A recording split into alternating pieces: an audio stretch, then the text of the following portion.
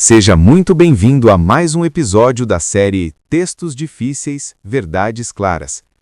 Hoje chegamos a uma das perguntas mais profundas, mais frequentes e mais desafiadoras da fé cristã.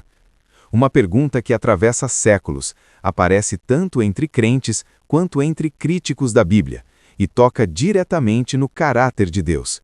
Se Deus sabia que o homem cairia em pecado, por que ele criou o homem? Daniel, essa pergunta parece simples, mas carrega implicações enormes. Muitos usam essa questão para acusar Deus de crueldade ou irresponsabilidade. Outros ficam sinceramente confusos, tentando conciliar a bondade de Deus com a realidade do mal. Exatamente. E o primeiro ponto que precisamos deixar claro é que essa pergunta não é ilegítima. A própria Bíblia nos convida a refletir profundamente sobre a criação, a queda e o plano redentor de Deus. Mas ela exige que façamos isso à luz da revelação, não de suposições humanas. Então, precisamos começar pelo que a Bíblia afirma claramente. Sim, a Escritura ensina, sem qualquer ambiguidade, que Deus é onisciente. Ele conhece o fim desde o começo. Nada do que aconteceu em Gênesis capítulo 3 pegou Deus de surpresa. A queda não foi um acidente fora do controle divino. Isso já elimina a ideia de que Deus criou o homem esperando que tudo desse certo, mas foi frustrado. Exatamente. A Bíblia não apresenta um Deus que improvisa. Ela apresenta um Deus que age segundo um propósito eterno. Efésios capítulo 1 afirma que Deus faz todas as coisas conforme o conselho da sua vontade. Então a pergunta muda um pouco de forma. Muda sim. A questão não é se Deus sabia da queda. Ele sabia. A questão é, por que Deus decidiu criar mesmo assim? E para responder isso, precisamos olhar para Gênesis capítulos 1 a 3. Perfeitamente. Gênesis nos mostra que a criação foi boa, muito boa.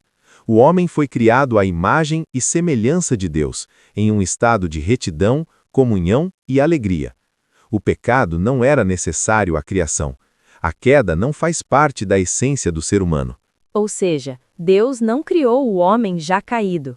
Exatamente. Deus criou o homem reto. O pecado entra na história por meio da desobediência humana, não por um defeito na criação divina. Mas Deus permitiu essa possibilidade. Sim, Deus criou o homem com responsabilidade moral real. Adão não era um robô. Ele tinha um mandamento claro, uma advertência explícita e uma escolha real diante de si. Isso significa que Deus não forçou o pecado. Exatamente. A Bíblia é clara ao afirmar que Deus não é o autor do pecado. Ele não tenta ninguém. O pecado procede do coração humano. Adão pecou voluntariamente. Então, como conciliar isso com o plano eterno de Deus? Aqui entramos em um ponto crucial da teologia bíblica. A queda não foi algo bom em si mesma, mas Deus decidiu permiti-la para realizar algo maior. Romanos capítulo 5 nos ajuda muito aqui. Paulo faz um contraste entre Adão e Cristo. Exatamente.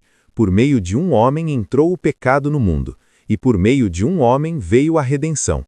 A Bíblia apresenta a história humana como uma narrativa que culmina em Cristo.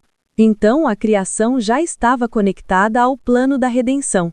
Sim, Efésios capítulo 1 afirma que Deus nos escolheu em Cristo antes da fundação do mundo. Isso significa que a cruz não foi um plano de emergência. Ela estava no centro do propósito eterno de Deus. Isso muda completamente a forma como vemos a queda. Muda sim. A queda não frustra o plano de Deus. Ela se torna o cenário no qual a graça, a justiça e o amor de Deus são plenamente revelados. Isso não significa que o mal seja necessário ou desejável. De forma alguma. O mal é real, trágico e condenado por Deus. Mas Deus é tão soberano que consegue trazer redenção, beleza e glória até mesmo àquilo que ele odeia. Então podemos dizer que Deus permitiu a queda para revelar quem Ele é. Sim, mas com muito cuidado na forma de dizer isso. Deus não precisava do pecado para ser Deus, mas ele decidiu revelar sua glória de maneira mais plena por meio da redenção. Na cruz, vemos a justiça e o amor se encontrarem. Sem a queda, não conheceríamos Deus como Redentor. Exatamente. Não conheceríamos a profundidade da graça, da misericórdia, do perdão e do amor sacrificial. Cristo é o centro da história. Alguns podem perguntar se isso não torna o sofrimento humano algo instrumental. A Bíblia nunca minimiza o sofrimento humano. Deus se entristece com o pecado. Ele entra na história, assume a carne, sofre e morre. O sofrimento não é tratado como algo descartável, mas como algo que Deus assume em Cristo. Isso muda o tom da pergunta inicial.